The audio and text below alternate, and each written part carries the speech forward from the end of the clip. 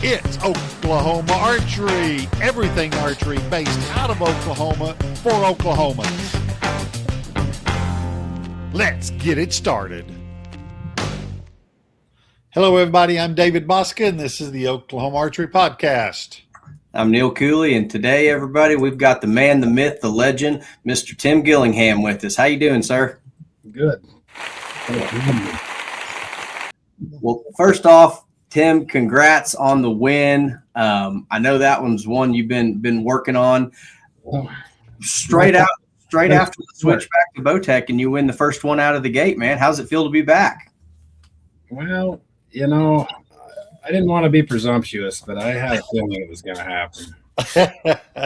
Unless somebody just burned me up, which happens too. But, I didn't shoot overly exceptional. I just waited for everybody. I mean, I've just been spending so much time, tweaking on bows and stuff week to week that I haven't really honestly spent a lot of time practicing judging yardage. So you kind of go to the tournament a couple of days early and, it seems to be working okay, but you just lose that little fine edge that, when you work on it all the time. So, and it kind of showed. I mean, my yardage Sunday was a little rough. I mean, it was just rusty, a couple yards here, a couple yards there. I don't hit very many 11s, but I only hit 1.8 too. So I let everybody else make the mistakes. So Center 11's got to be comfortable. But Hopkins come out of the gate, man, just bang, bang, bang, 11, 11, 11. I'm like, damn it.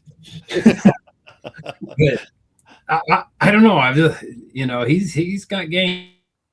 I don't know what it is, but he always seems to he gives me something periodically. So, and he gave him up right at the end, but he hadn't caught me yet. So I was fighting him off. I hit the last four. Who's in your group? Who's in your group? Well, it was me and Jeff Hopkins and Jack Wallace and I'm trying to remember the other guy's name. He's a newer guy in the senior pro division, but no, I had a pretty good lead. I think I had an 6 or 7 point lead. Maybe Christian Berry was in our group. Well, there you go. Well, he was right there. I don't remember, but any of y'all could have come out with a lead on day one. Any of it? Yeah, I mean, day one was a little bit better for me. I was 6 up at target 12, and I freaking missed a shot at 8 on that giant boar target under. And I swear to God, it was under 40 yards. And I just, I don't know. It was so funny because I told those guys, I'm like, I've been having a problem with this target lately. And usually big targets, you always underjudge them, right? Mm-hmm. You would underjudge them. But I said, I've been having a problem shooting this, overjudging this thing. And sure enough, about that far out the top of the 10, I'm like, I called that one. So, but then they got that dang new Bobcat target. I guess I'm going to have to buy it. It screwed me up too. So I know it's one of them targets. You get your head in the wrong zip code of yardage. You just can't ever get to what it is. Well, why don't you take 2 seconds real quick and tell everyone about your setup going into this shoot. What'd you shoot in your setup? Yeah. So, honestly, after London, I really didn't have nothing. So Derek had agreed to let me my contract in, which I really thank him for that. So I gave them bows everything I had, and my drawing sometimes causes some grief, and I was talking to Paige there when we were watching the things, and she's like, well, I'll call the new CEO. You should really talk to him, and blah, blah, blah. And, it was, it worked out. It took a couple days later, finally got a chance to talk to him, and he sent me a bow Saturday. They actually didn't really have anything in that long cam. They don't keep a lot of long cam stuff around, I don't think. So they got me a bow out. Next day aired it to me. Friday, got it Saturday. Didn't even know if I was going to get it before the weekend. So, but they got it out for me. So that helped me a little bit. And I didn't have strings yet because mail didn't deliver them. So I just worked on, just getting a feel for it and got my grip on it, with sight on it, sights level, all the stuff that takes time, Your stabilizers, worked on that. The factory strings aren't bad, but I want good quality strings, and now I can start really promoting and using Mad Goat strings again, because Justin Ertl, he builds a heck of a good string. So he actually won that tournament too in the pro bow hunter class. Yep, I saw that. He's been around Oklahoma, isn't he? Like southeast Missouri or somewhere. Missouri, yeah. He's a good shooter. I mean, he won that with a bare bow and a XT Hunter, screw in points. Can you believe that?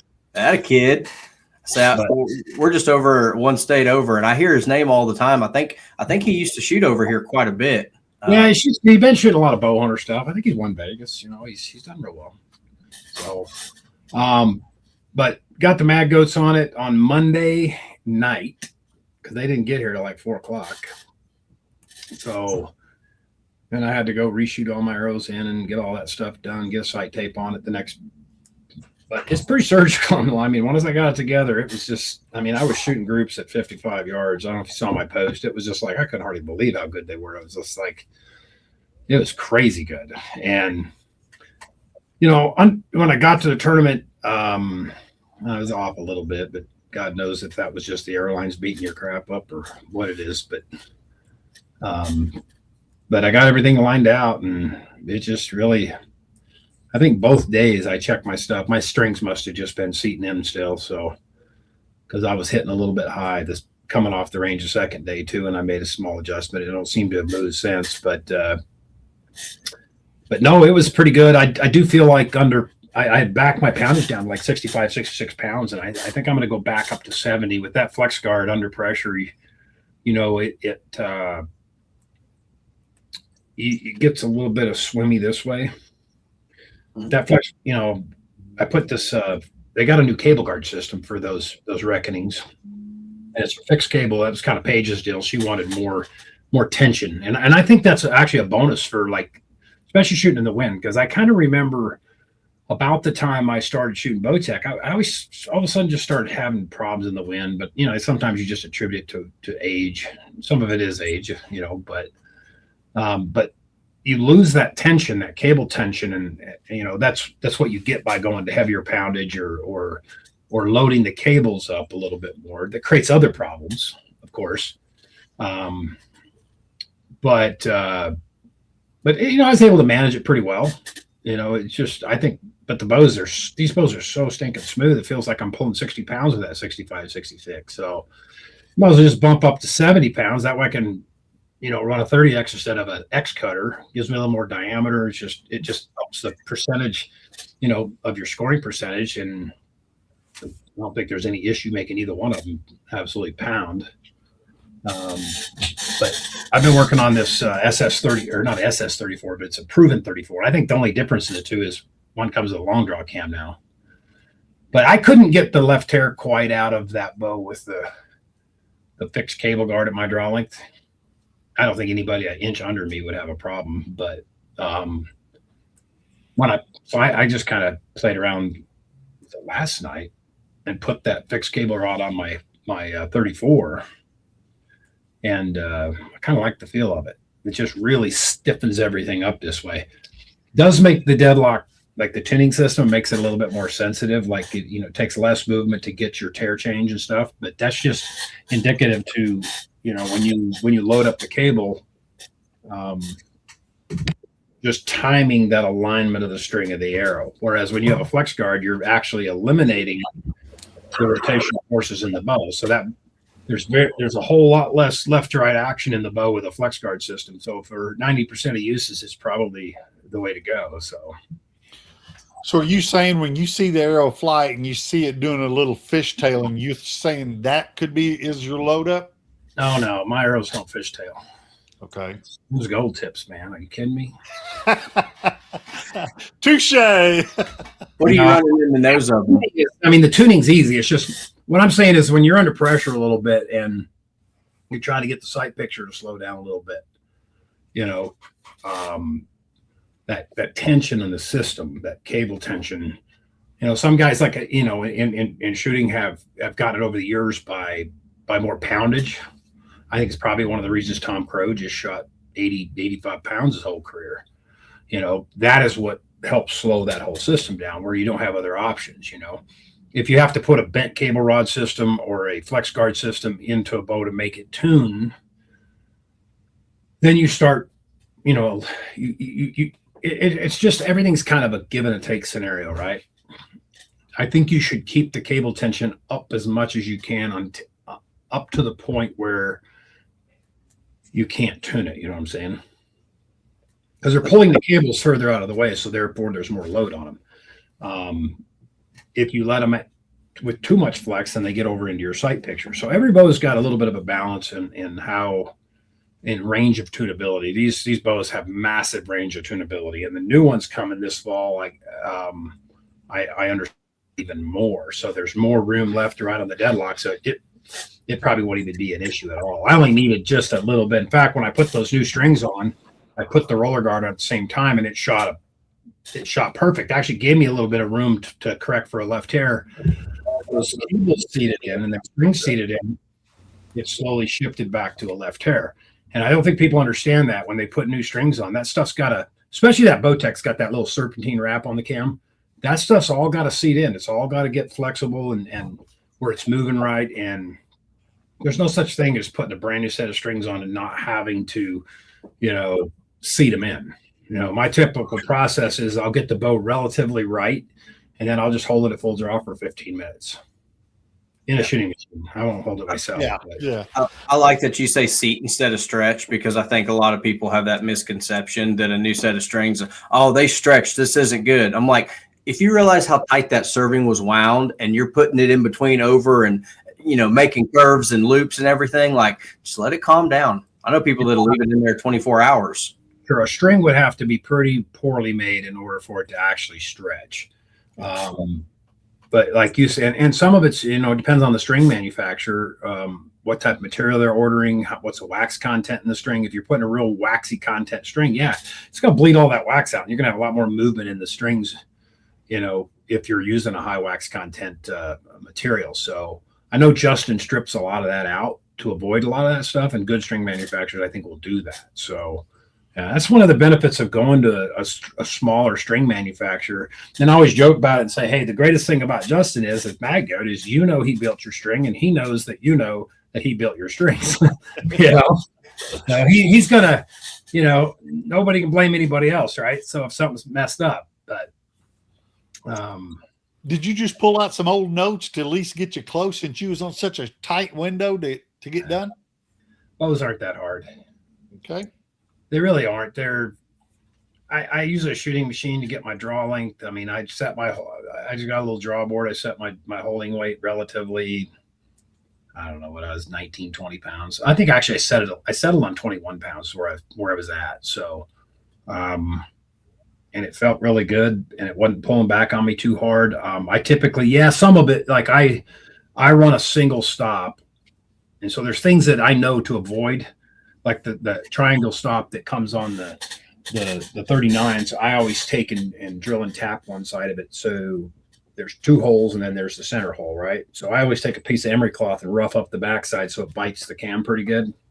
And then I also drill and tap one of the holes for a 440 so that I can run a set screw in there. When I get that big flat stop indexed right, then I run that set screw down against the cam. So I don't want that changing, because without doing that, it's all that shock and vibration. You end up always getting that long flat stop not lined up perfectly over time. So it's actually one of the benefits of a round stop, is that you don't have to deal with that. But just depends what you want for feel on the back wall. That's kind of the beauty of that triangle stop, because you can run the rounded side if you want. You can run the point side if you want. Or you can run the flat stop. You can run two flat stops, one top, one bottom. You can do what I do, which is just one flat stop on the top. On my 34, I actually I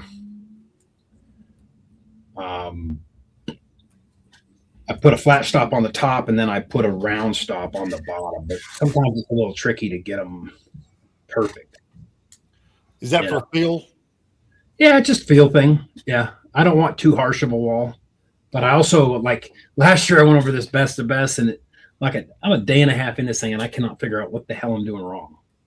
But I'm getting flyers and I cannot figure it out. And what it was, I just cut my arrows a little bit too short, and the stop was too soft. And so when I pulled too hard, I was pulling up on that tapered insert that Gold Tips got. So Okay. Causing me some freaking grief. So I'm strategically avoiding that. So the 34s come with that soft stop, which is great for hunting. It's quiet, but there's a certain amount of wear in that system, and I don't want it wearing in while that tournament. So at a 33.5-inch draw length, how much arrow are you actually cutting off? Well, I'm running the new R7 Hamsky, and I think I got 3 blocks in there, so I'm 29.25. It's a little shorter overdraw than I normally run. My shafting is 29.25, so I run a GTO with an insert, and I think I got our 50 grain insert and 100 grain screwing in that. But on my target bow, on the other hand, I'm running 28.5 on my shafts, so they might be 28.75. I can't remember. So you got a 4th block in there? Because I've got the same rest and block setup, but I think I've got 3 blocks on mine. I think I got 3, but typically I run a Hamsky overdraw. Yeah.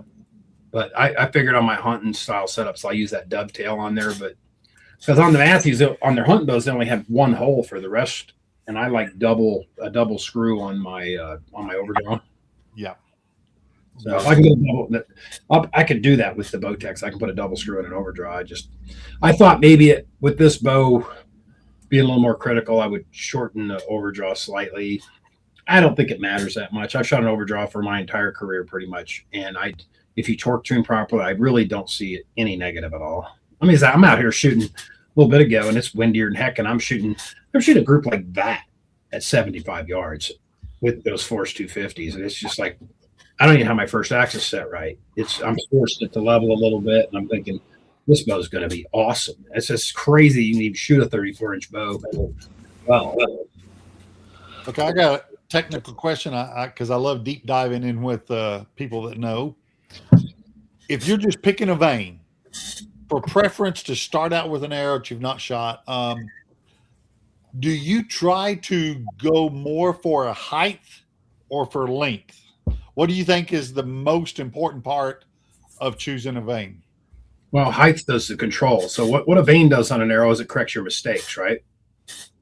So your mistakes, almost 90% of your mistakes with archery are going to be left and right due to the cable guard load, right?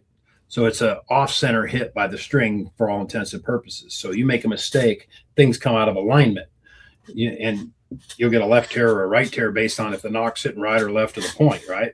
And that's where, tuning is alignment. It's not arrow spine. Arrow spine might change the effect, but the actual tune is the alignment of the power stroke of the string and the arrow. Okay.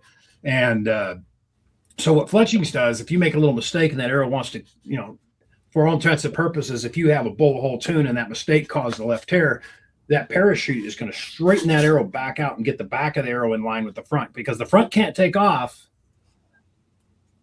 if the back is pushing directly down the middle of it. Now, point weight's job is to resist planing when it gets sideways. So that's why larger arrows need more point weight to be able to resist that planing, because they have more surface area, just like a broadhead. Like a fixed blade broadhead will benefit sometimes from a little bit more like insert weight, or say a back weight system, behind the insert, something like that. So it's all, but I can be the devil's advocate. I won IBO World with a 50 grain point and a triple X doing 340. But it was tuned, I promise you. Yeah, it was perfectly tuned, but it was also one of the best scores I ever shot. Garrett Erzman won IBO World as a young adult with a 35 grain point in a triple X.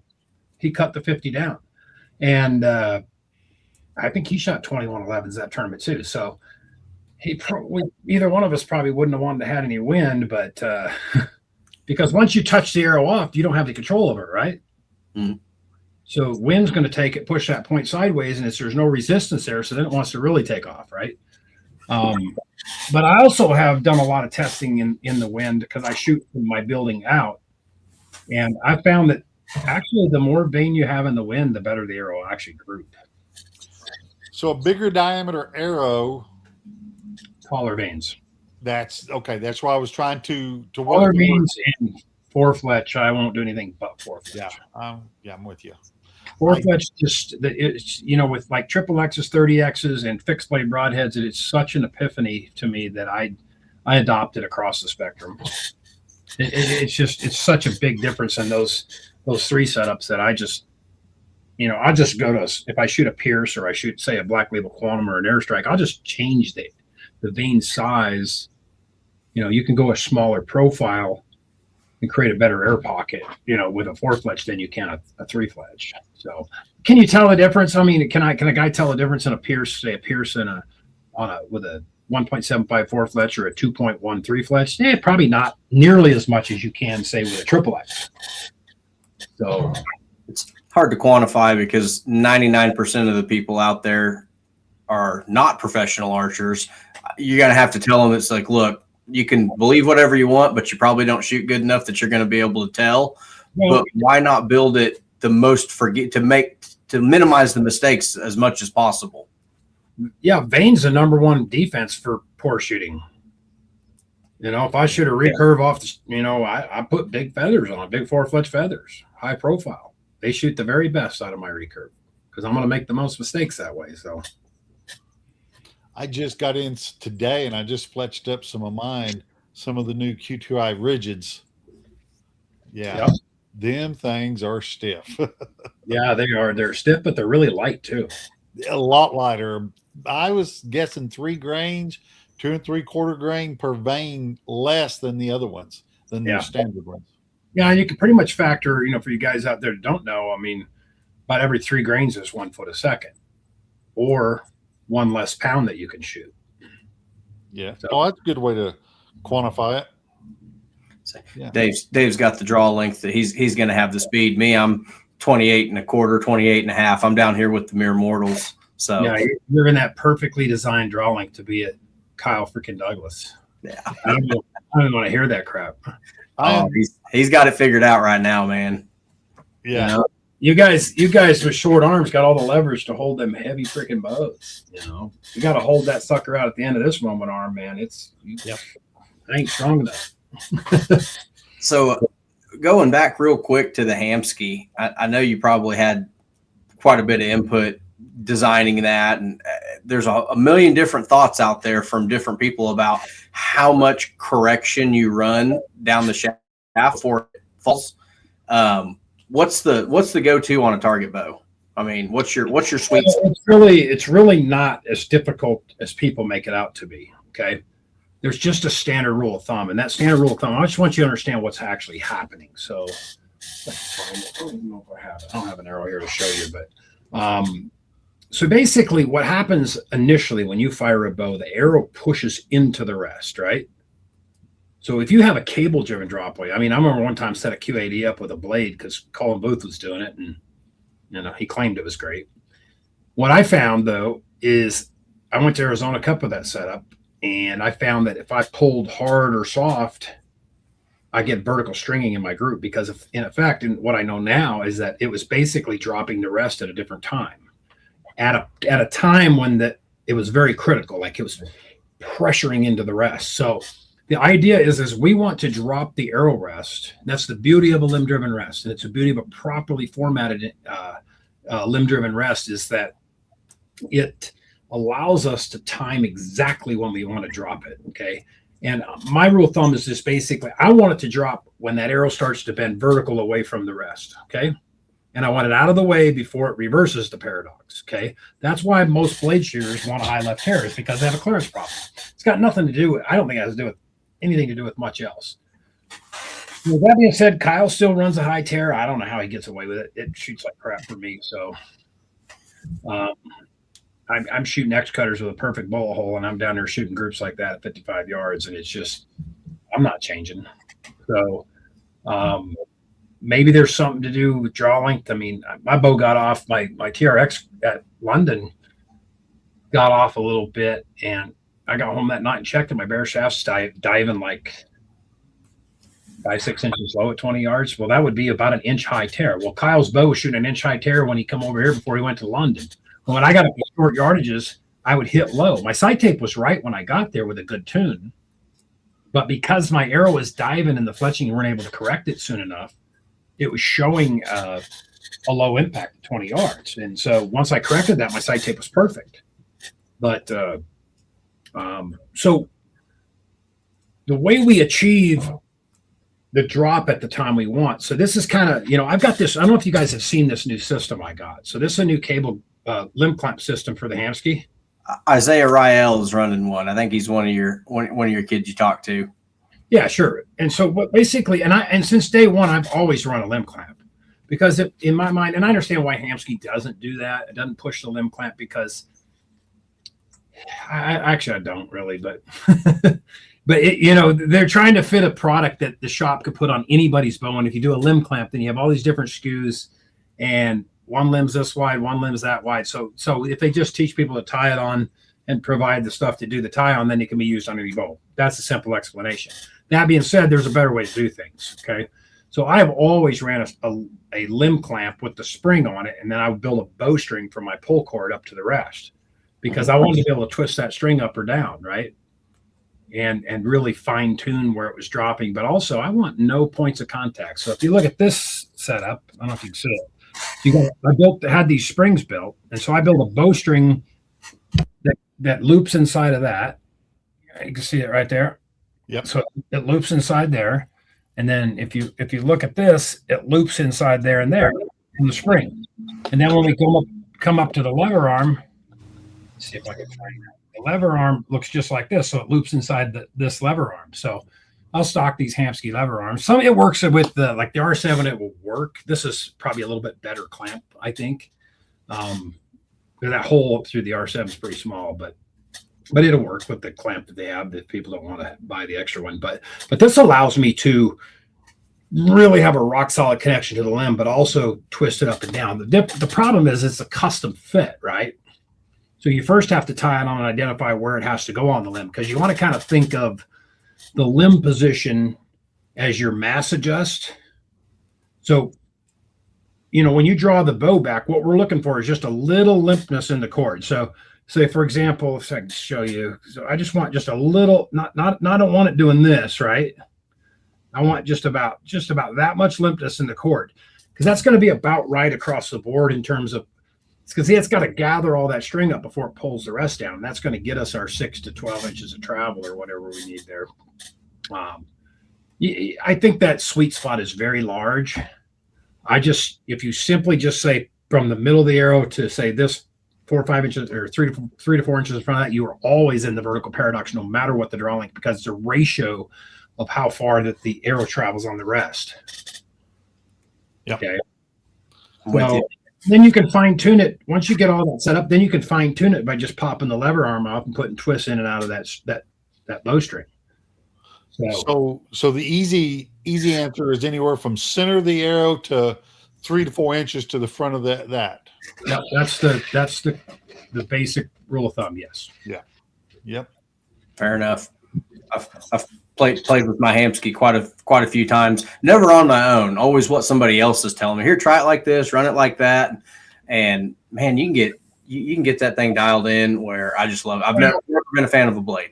It just absolutely amazes me how some people just have no intellectual curiosity or any ability to look at their setup and think that's going to fail. I put 2 of these on a guy's bow this weekend, and he just had the cord tied around the limb, and he'd take that rubber strip and cut it like a 1/4 inch. I mean, I can just pick it and slide it back and forth. It's not going to stay put. Yeah. So I guess I did all the failing already, so I know what to. I think because one of the best shooting Hamskys that I ever had, I had a spring down on the limb and the spring up on the rest itself. I look at that as 2 failure points. So I don't disagree, but it worked. It worked. Sure, it'll work just fine. It doesn't hurt nothing. But like this spring here, the reason I built this spring is because people were still breaking the spring on the rest, or they were breaking the spring on the limb clamp. Now, I personally never broke spring on a limb clamp. But you have a screw against the spring, right? So if you score the spring, you can break the spring. So why not eliminate the problem? You know, see what I'm saying? The spring is a buffer, right? The spring is just there so that when that rest comes down, it's not going to do this. Not going to bounce. Yeah. So if you high speed video that thing, you'll see that rest will go down and go, and then that spring will just kind of sit there and absorb it. Plus, it absorbs that hit to the rest, so you don't want it beating the rest apart and jerking it loose either. So that's the importance of really locking those hamskis down, and why they have so many set screws on them, or it's got dovetail connections, stuff like that. So are you selling those springs with your? Yeah, I'll usually have them with me at tournaments. I haven't really got all crazy in promoting them, but I do have them. So if people want them, they can just contact me on Instagram or Facebook, and I can help walk them through how to measure it, and either that or just hunt me down at a tournament. I'll have them there. We'd had Chad Hilburn on after I think you guys talked at London, and said he was sitting there messing with the rubber dampener, and he said he talked to you, and after that it was back, dampeners off, springs back in. So I hate to be a poo-pooer, but if your launcher's creeping up on you, it's that rubber dampener. Yeah. Oh, yeah. So, not my favorite piece of hardware. I'm hoping that Hamskea will come out with something like the Hybrid Pro that doesn't have the bar underneath. I'm still shooting the old hybrids. I love them. The Trinity and the Epsilon kind of beat my hand up just a little bit. Okay. And that's because you're one of them surprise shooters. If you'd punch it, you'd know what was going on. I've tried it. I have tried it. I collapse and I close my eyes and I flinch all at the same time, like that bow's getting ready to hit me with a left hook. And it's a safety issue. You're probably just programming your mind to do exactly that. Scott Parrott told me it's a safety issue, and I can't do that at the pro-ams because the ranges are set too close together. Well, whatever. You spend your whole life. See too many people spend their whole entire archery life chasing a surprise shot, and they never get good enough to win anything with it. Best shooters in the world, positional rifle, pistol shooters, all shoot a command style release. Yep. We just kind of poo-pooed it in archery. Lanny Basham told me that years ago. He just couldn't figure out why everybody shot a surprise release. And he's like, why is that? I said, well, my personal opinion is that the targets are too easy. And so the targets are so easy, it just becomes a mental game. That's why you see guys like, top 3 guys on the podium, men's pro at London were all punchers. Yeah. Ace even, shoots command when he's shooting 3D somewhat. He's always kind of, I don't know what he does. He's kind of back and forth, but I'm not sure he knows what he does sometimes. But he did okay. He did his old debut up there at the IBO, but he did all right. And I went out and practiced with him one day. He drove me crazy for a day. He shoots slower than. I was gonna say, I know he was making a bunch of info about judging for the first time. Yeah. He better go home and practice it. So, got it. I told everybody, and I said, there is no secret. Go buy the damn targets or don't play the game. There is no secret. That's the secret. Yeah. If you don't own the targets, you can't play the game. If you don't have access to the targets, you can't play the game. And that's one of the things I'm so adamantly against unknown yardage, is because that's not available to everybody. I'm good at it. I got 150 3D targets. And you choose to shoot known. I don't want to shoot unknown. Never did. But you'll still go to the events where that's the format just to compete. You put 20 grand on barebow recurve, I'll be there. Well, speaking of big payouts and new events, we were talking before we got rolling. You are starting to tune and tinker a little bit with your bow hunter games set up. Yeah, I'll be 57 in a couple of weeks, and I'm going to need every trick in the book to whoop on these youngsters. So no senior class available on that one. No, and there ain't no slapping something together, and you got to have all your I's dotted, T's crossed, and you're probably going to have to shoot some opportune 14s and let a little hangout happen. But that gets a little trickier with a pin, because I had a lens transplant in my right eye, so I don't really see as crystal clear as I used to. So I see my pin really well, but I don't see the targets really clear. So it gets much more difficult to hit 12s and 14s when you can't see them. Yes. I say Dave's shopping around for it right now, so don't scare him off too soon. I actually got that on my notes right here. I put eyes because I remember hearing something that you had went and spent money, good money, on some expensive eyes to stay shooting to that caliber. And that's what I was going to ask. What'd you get done? Define expensive. True. I don't disagree, but a lot of money. How about put that word in it? Guys will go spend $100,000 on a truck, and they won't spend $5,000 to buy 3D targets or a new set of eyeballs. Yeah.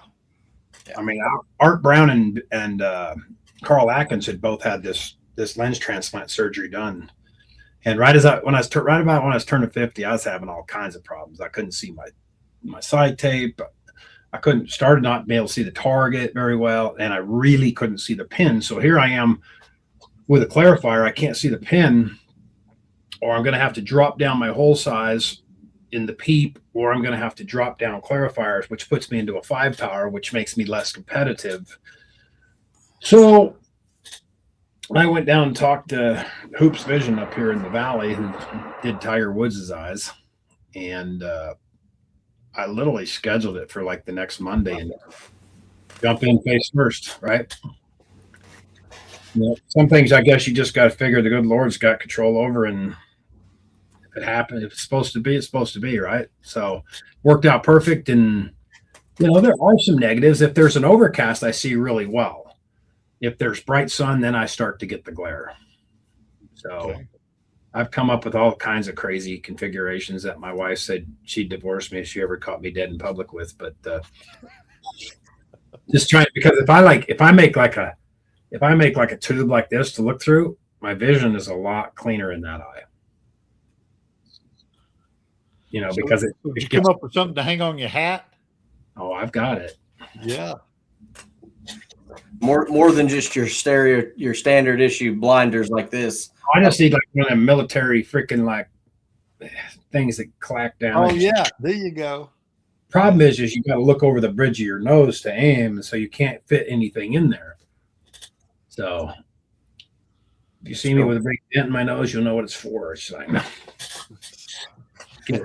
I wouldn't put it past you that if you think it could give you a competitive edge, there's really not much the archery community won't try. I mean, you could sell. I think it's one of the reasons you see rifle shooters. Dave Tubbs sold a hat that was like blocks all the light, because your eyes just instantly relax.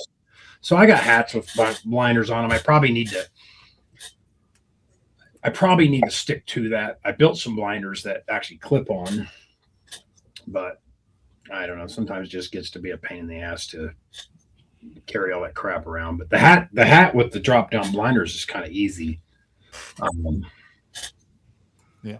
Especially when they put you out there in the open for the shoot offs. You got so much in peripherals out here.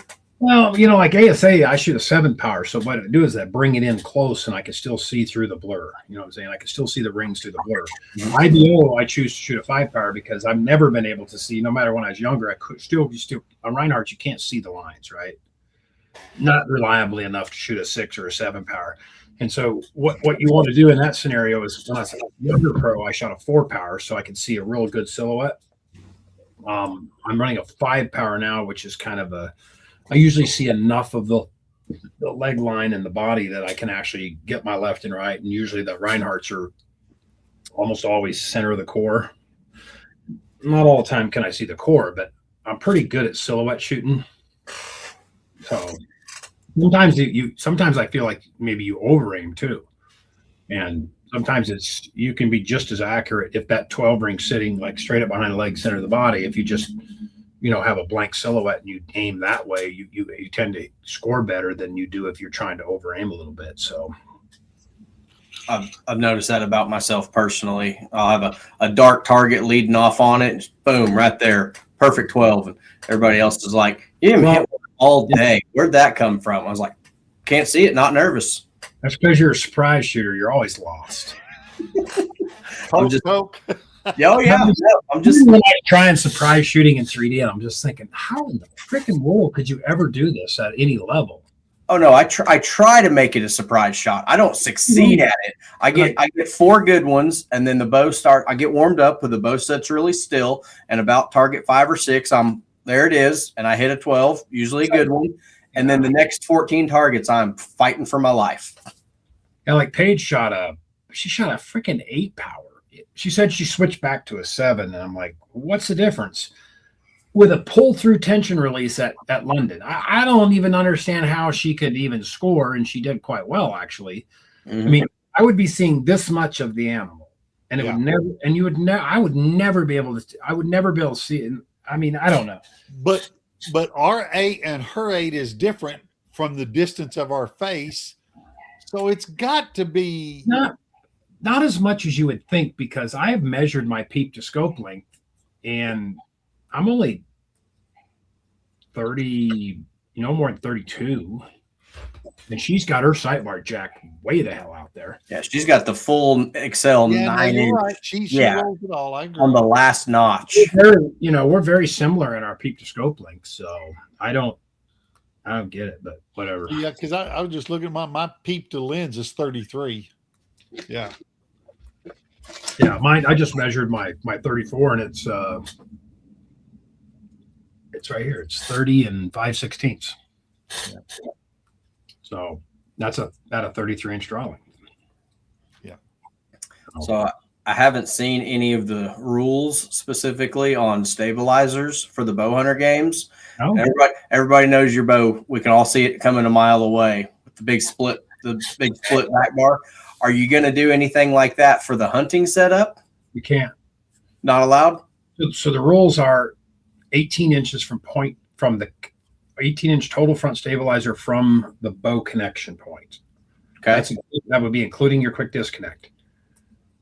The back bar can be, it says 15 inches total from wherever it attaches. So I think I have a 12, and I put the Pro Hunter weights on them, and I got a 15 in the front. So nothing special.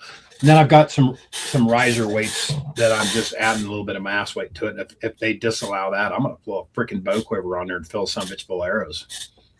Yeah. Can't say that's not a hunting setup. Well, I just want to prove to some of these Eastern bow hunter guys that think that, I see these guys quipping online sometimes about, I remember I answered a post, they were talking shit about people with quivers on the side of their bows. I'm like, well, we think you're equally retarded when you out here elk hunting on video and you take the quiver off and set it on the ground. So it's like, what is it? What are you doing? I shot a deer one time at 114 yards with a quiver full of arrows and a heads up decoy on the end of my stabilizer. It doesn't affect things as much as you think. I mean, I practiced with it on there. So, yeah. I say practice with it on there and full of arrows. That's what killed the deer, though, because I'm hiding behind this decoy. He's looking at it, and I smoked him. He watched it come all the way. I thought it was a snake tongue coming at it. You would be shocked. I use decoys a lot. Last mule deer I shot at 8 yards. There you go. And I peeked over this coulee, and he looked right up at it, and you could just see his ears relaxed. And because I take it to the 10th level, like everything, and I sew copper wire in the ears so that I can cup the ears and form them. And that was the last one he ever saw. Do you have any big hunts planned this fall? You got something lined up? Not really. I never get to go opening day because I don't know what the schedule is. Our bow season opens like the 3rd week. And I actually think if I don't go to U.S. Target Nationals, I might actually go bow hunting. But that's the weekend right before the bow hunter games. So I don't know if I should do that. I'm buying an awful lot of hunts for $60,000, right? Yeah. That's what I'm saying. You know real quick after that weekend what you can go do. And if you win it, it's going to be a lot more than $60,000. Contingencies and stuff. So, yeah. See, Bowtec put up like $8,500. And it's nice because now sponsors can do that because, there's only 2 classes, right? Men and women's. So, some people are like, I ain't going. I can't beat those young guys. But I just look at it as a challenge, If I do, it'll be glorious. I'll never let them hear the end of it. Oh yeah. Is that a format that you think is it got good potential for growth? I mean, we talk about the guys that shoot tack and the guys that shoot tournaments and how we just can't get them all in the same place. Is this a good bridge? Well, that's one of the things, like even known or unknown, the only justification for, in my opinion, keeping archery known is the fact that you can only put so many people on a course, right? So any ASA classes should be structured on filling the courses up with 100 shooters. That's 5 guys per stake, right? Mm-hmm. So once you get 100, then what are you going to do? You either got to sit out targets or you got to have different start times. So the bow hunter games, you're going to have 500 guys in the same freaking class. So I believe it's going to be just tee times. And so you're just going to get what you get, right? You could have good weather, bad weather. I don't know. Depends. So it's going to be a kind of a crapshoot. The first year they did OPA, they kind of selected who got to go first, which I think was a negative. Everybody paid a $500 entry fee, so they should have just blind drew the groups. But I can understand what they were trying to do. They were trying to create a filming scenario where they could watch and follow the best shooters, technically. But they kind of have some luck weather-wise and stuff like that. But I think Josh is really working at getting some promotional money into the sport. It's his way of getting viewership and trying to create, media packages, I think, for presentation to sponsors and stuff. And so you're only going to get so much out of ASA. And I think he's just looking to see if there's ways of boosting those numbers up. And I think it's a great way to, you're going to see a lot of guys signing up for it because, they think that the equipment levels the playing field. It does to a certain degree, but best shooter is still the best shooters. And it doesn't matter whether you put Kyle Douglas with a pin or you put him with I've watched it too many times. I beat him a couple times with a pin around here, even at my old age. So he's beatable. I'm just saying. Well, and kudos to Josh for trying. I mean, we could sit back on our laurels and just say, hey, ASA needs to do this, ASA needs to do that. But if it's hard to do or if it's impossible because they keep doing it, well, we got to change the rules of the game. And that's what he's done. He's changed the rules and seeing what's out there. I mean, you just, it's just like classes. You can't legislate too much because it's just too many different nuances, to different people's setups and stuff. I mean, I'm 33 inch long. I got to shoot a 34 inch bow, Kyle shooting a 34 inch bow is like a target bow for him dang near, So am I at a little bit of an advantage? Yeah. I wish there had been some concessions for 31 to 33 inch drawing to bump up to 36. With my current sponsor, it wouldn't have changed anything, but I shoot what I'm going to shoot but so far I'm pretty happy the way it's shooting. But it's just this tournament's going to be really, when you have 12 rings and 14 rings and terrain, and if they do it right, which I've talked a lot to Scott about, the range, I mean, you don't have to have super long distances if you make them technical. I could tell him how to set up a half a dozen shots to really screw people up, but that's one of the things about these IBO courses, like the one we shot last weekend. I mean, there's a lot of uphill, downhill, side hill, just tricky stuff, and London was that way too. For Kyle to shoot 32 up on that freaking course was just I don't even know how he did. Crazy. And he aided the last target. That means he missed 3, 4 12s? Yeah. I say 30, 32 would have been. We were staying at a buddy's house and we were both like, how did he do that? He wasn't even shooting that good. He's like, don't worry, I told you I'd figure it out. No, he did. Well, with you being the gold tip, bee stinger, what would you say, pro staff organizer? Yeah, I'm the pro staff coordinator. I kind of help with product development and, just kind of that practical application expert, I guess you'd say. Where I was going with this is what would you tell new shooters and or younger ones coming up? What do they need to be doing to catch, let's say, your eye or other sponsors' attention? Well, yeah, it's just be like Paige, right? That's why I tell all the girls and stuff, be like Paige. Mimic Paige. She's, but first of all, you can't get ahead of yourself. You need to learn the sport and enjoy the sport. And I see these young kids coming out and trying to like teach archery. It's like, don't, you can't teach archery until you learn archery. Okay.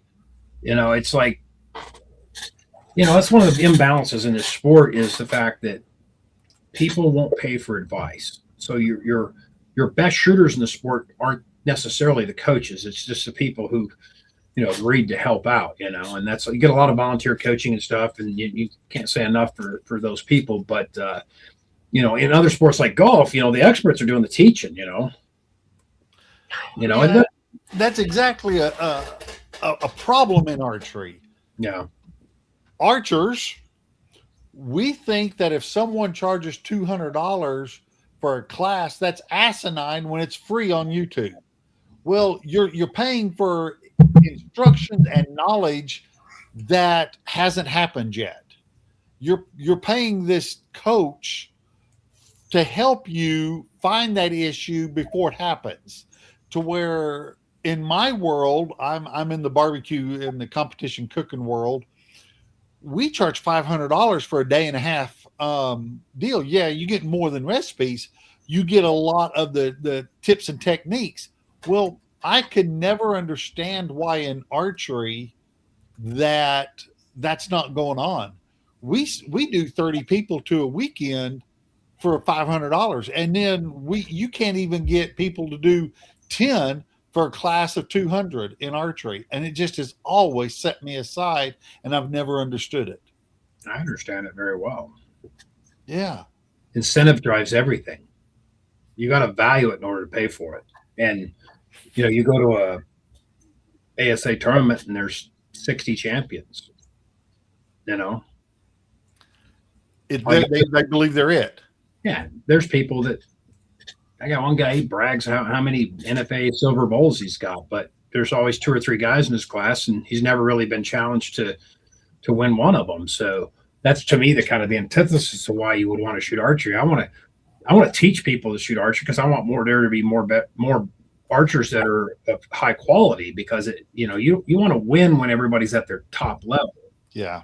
In order for it to mean something. I can go out in my great room there and look at all the animals on my wall, and the biggest ones aren't the best ones. They're not the best trophies. It's when you earned them, the one that you worked the hardest for.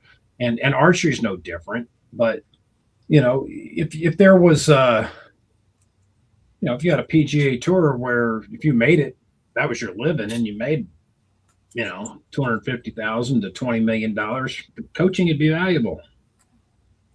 That's not. I mean, I'm at the top of the game, and I couldn't hardly afford to go have a psychological coach because it just costs too much freaking money. There's not enough money to be won.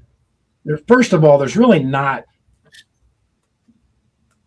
It's kind of a facade to think that there's such a thing as professional archery, because it's really not necessarily. I would nowhere near quit my job and shoot archery full time. That'd be the most stressful thing I could ever do. There's just not enough money to go around, because it's all coming from the bow manufacturers and the sponsors, and it's not, because archery hasn't taken the time to build the sport to make it televisable sport, right? Until it's televisable, nobody's going to pay advertising.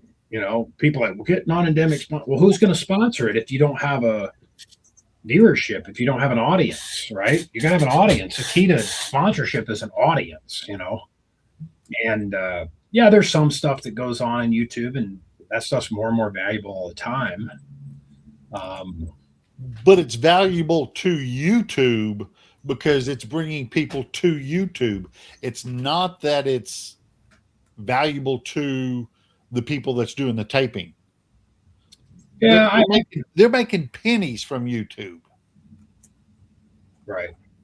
I look at it, kind of like I've got a designed to build a channel called I Can Archery if I ever get around to it, in my spare time. But I want to create like this entire very organized lessons online, but for free, and then I will monetize it by gaining people's trust and sell just basically selling products or get affiliate marketing agreements set up where you're actually making money with your referring it different products, but you got to gain the trust of people in order to do that. So I think that's one of the most frustrating things being an amateur shooter. You shouldn't as a pro, you shouldn't have to prove to anybody that you know what you're talking. The proof's in the pudding. Look at the podium. I mean, it's, you're talking about 40 or 50 guys and you've got, 6 to 10 of them that are at the top of the pile. Don't make them, just you're going to have to try it for yourself, but they're obviously onto something based on the results. So well, it's like Kyle Doug, and I heard a coach say this once. I don't remember what sport it was in, but the guy's like, my job is to teach these guys until they're good enough to teach themselves. And Kyle and I have always said that if you don't have the ability to look at yourself and have a little self-introspect and be able to solve some of your own problems and sort through them, that's a commonality with the very best shooters in this game. And very few of them are heavily coached. Whereas you go over to FIDA and you watch these kids, it's the most heavily coached part of archery. Yeah. It's ridiculous. It's one of the most easiest forms of archery there is known to man. And it's so heavily coached. And I don't think a lot of the coaches are very necessarily experts. So then they just kind of teach status quo rather than having their own, say if Tim Gillingham has his style and I'm coaching a team, I'm going to have my own secrets and my own, formula. My own formula. I have my own way of setting a bow up. I mean, I start here and I can turnkey this whole thing out. But teach people how to do that kind of stuff. But,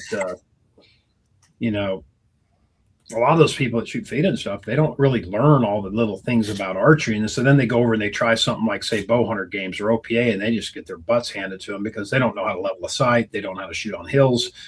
They don't know how to correct their sighting. They don't know how to build a scope setup that's actually competitive. They don't know anything about all this other stuff that's in archery.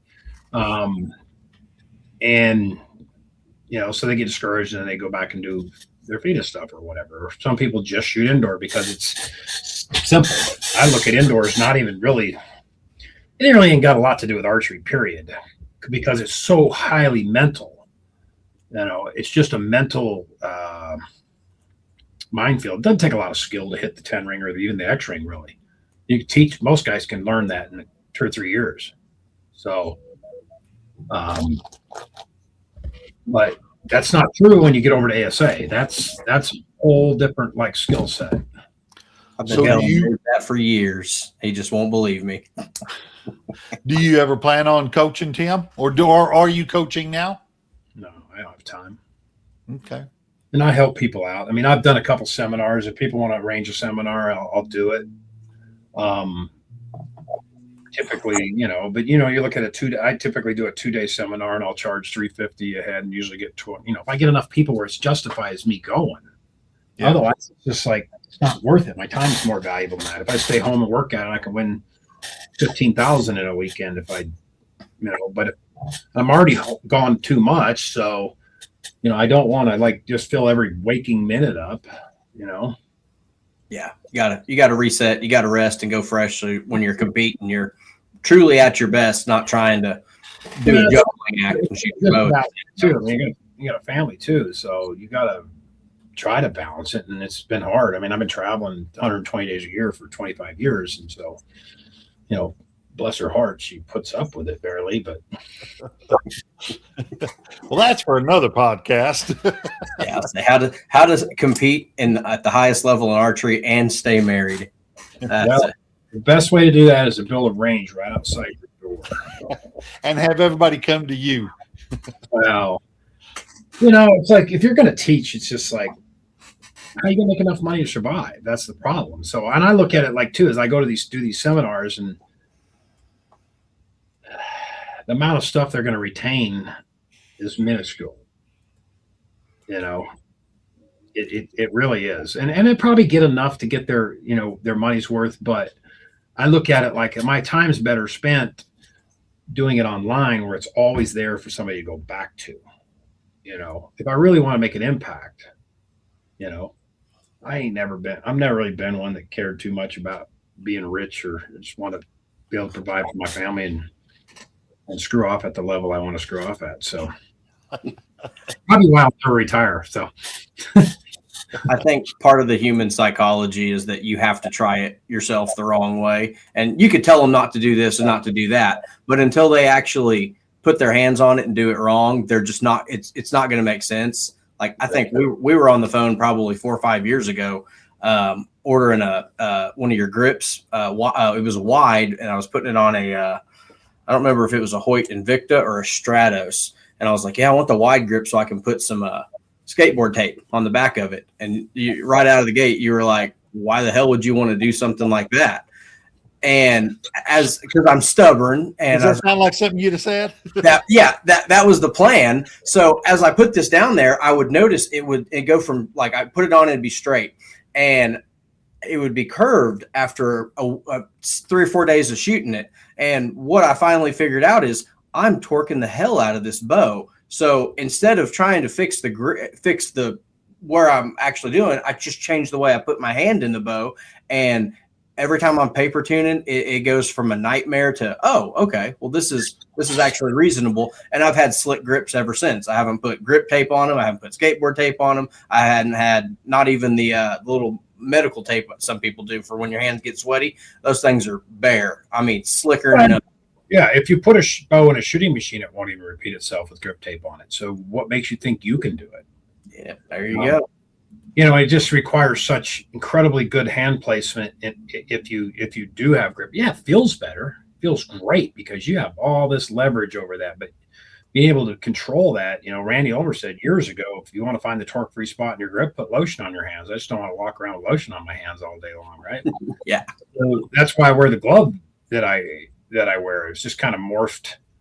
I think Cabe Johnson, the first guy I saw shooting a glove, he was shooting some ugly knit glove, and I did that for a while, and that got a little too hot. And so then I found the ones that I shoot now with the spandex ones, and they're pretty slick.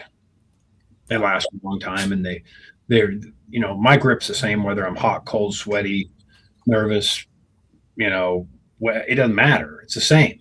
Yeah. And then I put a dot on the front of the riser for my index finger. So I won't even try it. Like this short bow that I'm shooting, 34 incher. It's going to be one of the most critical things you do to that bow is put that dot on the front of the riser, because as you get short bows, they get real sensitive to how you hold this way. And I always usually go a little bit higher wrist grip on short bows too, for the same reason, because it channels that pressure to a smaller pivot point.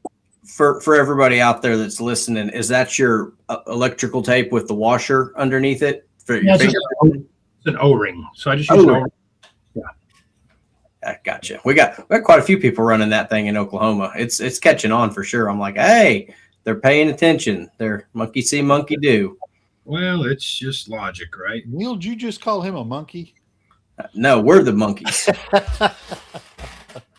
It's Oklahoma, man. There's nobody even listening out there in podcast land. Yeah. No, it's fun. I like to. I try to coach people. Now, like here's a picture of it, just for people who want to see. Yeah. It. Oh yeah, yeah. There you go. And it's just it's not going to move. It's just for repetition. I put things on there that, like, the drawer stops and things like that, but nothing ever seems to stay put except under a big long piece of duct tape. Then it don't move. So and you've just got that tape on the front of the riser, not around the riser. I'd rather win with an ugly freaking bow than a real pretty one anyway. Let's see, you'd rather win with an ugly one than second with a pretty one. That's right.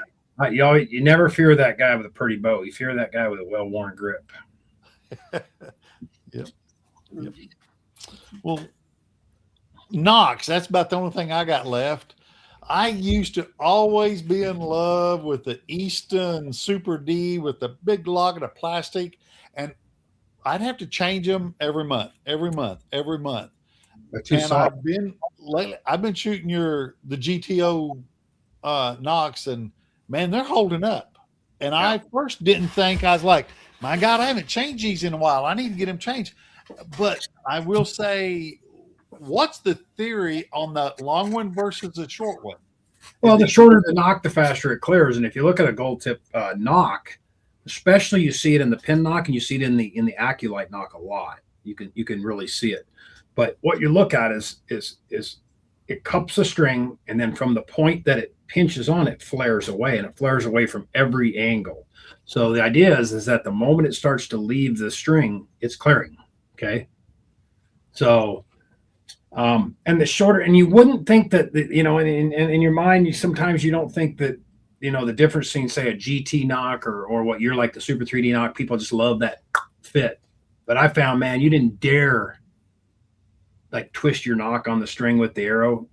You would jack them things up so fast, and then you'd go to the Super Knocks, and the Super Knocks, I didn't really like the throats because they were kind of more tapered, like inward. And it just kind of offended my sensibilities of what it should be. That works for fingers, sure. That works for stuff like that. But we're actually redesigning the GTO knock. So the new one's 200% stronger. And there was some fitment issues, always has been some fitment issues, I think, with the larger diameter ones. They're just borderline loose. So we're going to fix all that stuff. I was like number one on my agenda when we was talking with the Bear engineers on things that we need to fix. So that mold's being fixed right now. So most of all those knocks are made over in Colorado somewhere. So it's pretty. In fact, the guy that does that work for us, I think he's a ex-archer. Well, they need to not slowly make the change. If they come out with it, call it a GTO Plus. Show us what's new and what's old, so that marketing, and when we go to a store, we know what we're buying. Because what's going to happen is someone's going to pick up an old one, then a new one, then an old one, and they're just going to get pissed off and go, man, this just they ain't the same. They're not going to realize that it's been. They're not even going to look the same. Yeah, they won't be. They'll have the same throat and everything, but they'll be way beefed up. Yeah, it needs to be a different name or something. It will. It'll be like I was just thinking about that yesterday. Actually, like what do they call it? GTO X or GTO? Exactly. Or 2. Maybe we just call it a Mustang. Or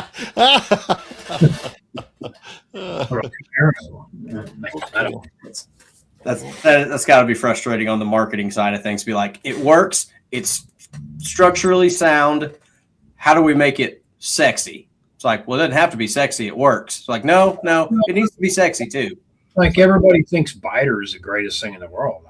I think they're soft, frankly. I mean, and it doesn't matter. Like I used to tell George from Fire Knock, I said, George, I don't care how good your knocks are, how many this and that's you have. Same hole is same hole. It doesn't get any better than same hole accuracy. So if I can take an 8 cavity mold and every freaking one of them shoots in the same exact hole, why does it matter? How much better does it get, right? Marketing. No, that's true. It's absolutely true. Yeah, marketing to the shooters. The pros market it down to the next level. It's just marketing. It's like the whole spine thing, It's like, well, them arrows are too stiff. Like, I love having Kyle doing what he's doing because it shows the opposite end of the spectrum, right? And, everybody thinks I can do it because of my drawing, so they don't necessarily believe me, because when I tell them that tuning is a function of alignment, it has nothing to do with arrow spine, Yeah, you might have to treat a stiffer arrow a little different. You might have to have a little bit stiffer launcher. I'll bend the side of my blades up, give it a little side pressure, or use that AccuGlide launchers, which I got on that 34 right now. It was designed to be contoured so it side pressure on the shaft from both sides. But for all intents and purposes, hell, I built a set of arrows out of stabilizers one year, and just to prove a point, because Bruce Cole wouldn't make a 27 diameter. He used to come out 27 and just obsoleted everybody's 26s. I said, where's this stop? Yeah. And so I was just hoping Chance would win the $1 million with him. But anyway, I was gonna say, I always heard Chance came out with those those mega ones. Yeah. well, I gave them to him Okay. because he was still in the running for the $1 million. Not the kid hacked the components out on the lathes, so I had them all indexed where they'd shoot in the same hole. I think he knocked one upside down once, and that cost him. Because other than that, he shot them all in the same hole. So. Well, cool. We've been on here about an hour, guys. We probably need to let Tim go and eat some supper and go from there. But Just waiting for the wind to calm down so I can shoot 100 yards. But it's killing us here today. We've got 25, 30 mile an hour winds, and I just put them new vanes on. I'm trying to get up there and shoot myself. yeah, I'm getting on some. I guess I could go work on converting my IBO setup over to ASA for next week. So I was gonna say same bow, switch back and forth. Yeah, just because there's not that many tournaments left. They're gonna give me one more 39 because we're gonna get something new. We'll be shooting something brand new, I think, at the Classic is what we've heard. So I'm going up to Bowtec somewhere around the 1st of July and hopefully get my hands on one, play with it. And Cool. pretty excited. It's everything I hear about it's pretty slick. So Have they announced when they're going to try and release? official release is September, but I mean, Okay. I know they're kind of just teasing it's coming. Paige has been talking about it a little bit, but I think they're going to let us shoot it at the Classic. So barring any technical difficulties. Just tell Dave he'll have it ready for indoor season. Come on He's now. not the 3D guy here. Yeah, you could probably just send them your money and pre-buy. Yeah. It's gonna happen. What I love about Bowtec is and the new guy too is Colin has an engineering background, so he's not only going to be the CEO, he's going to be lead engineer too. So he's going to kind of lead the engineering team.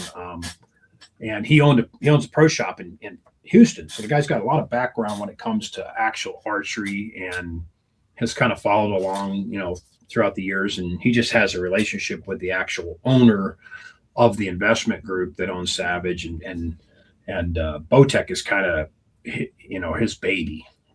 I've enjoyed the videos he's done with that young lady. Shows a personal side of the CEO of Bowtec, really getting in there and working with her. That was really some good videos. Yeah. So. Yep. Well, Tim, tell everyone where they can follow you and keep up with you and on all.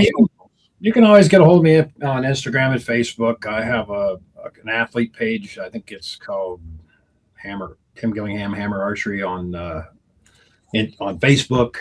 Just look me up on Instagram. It's pretty easy to find me. I usually answer everybody's questions. It's just Gillingham.tim. Pretty simple, right? So, but I'll post stuff periodically, kind of bringing everybody along with, my journey on the setup for the bow hunter games. And, it ain't not that much different than what I would set up for hunting. I'm excited how this bow is going to absolutely be a 120-yard tack driver for hunting. So we'll see. I got a deer tag up here, but I don't know when I'm going to get away.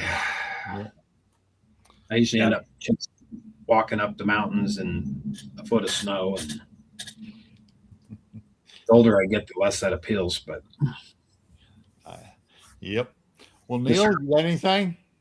I hope we see everybody at the qualifiers this weekend. We got 3, Choctaw, Bowtown, and Triple C. Give you every chance you can to get ready for Metropolis. Hope everybody has safe travels and gets to shoot 2 rounds once you get there. So fingers crossed the weather holds out good for everybody, and we'll see you on the trail. All right. Well, thanks. We appreciate it. Tim, appreciate your time. no problem. Appreciate you having me.